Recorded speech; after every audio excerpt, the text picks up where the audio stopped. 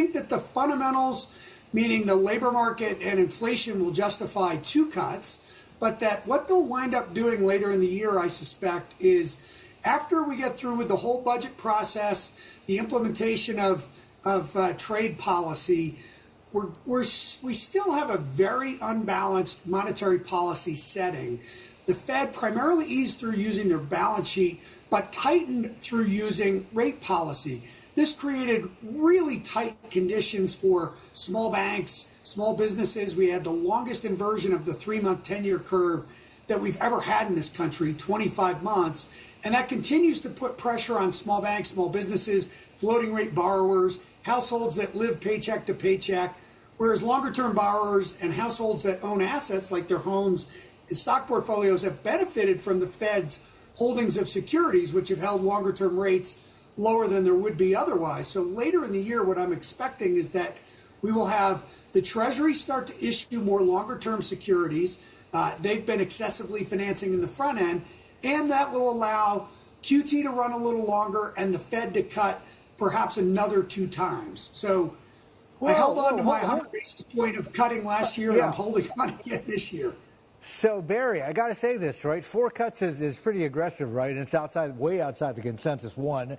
And I'm glad you started talking about one of Besant's key jobs, right?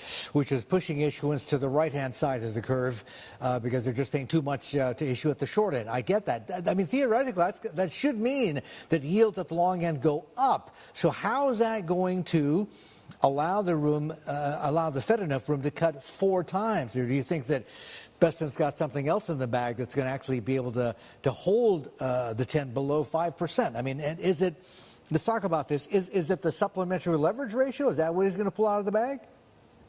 Well, that'll help with, trading of securities in the near term and just taking down auctions for sure. And that's long overdue. But what I would assert is the number one factor that will determine whether we have a retest of 5% or we have a Treasury market that I have penciled in for being roughly unchanged for the year at 4.5%, but could be better than that, is government spending running at 24 to 25% of GDP. That 50-year average is 20.5%. That was the median rate during Trump's 45th presidency, or the 45th presidency, Trump's first term. It's on track to stay at 24 to 25%. So the real crucial dynamic here is, can the big, beautiful reconciliation bill actually get spending on a trajectory back towards 20%? If we do that and we stop creating an additional $2 trillion of treasuries every year, then the Treasury market will be under control, and that'll allow the Fed to cut more on the front end of the curve.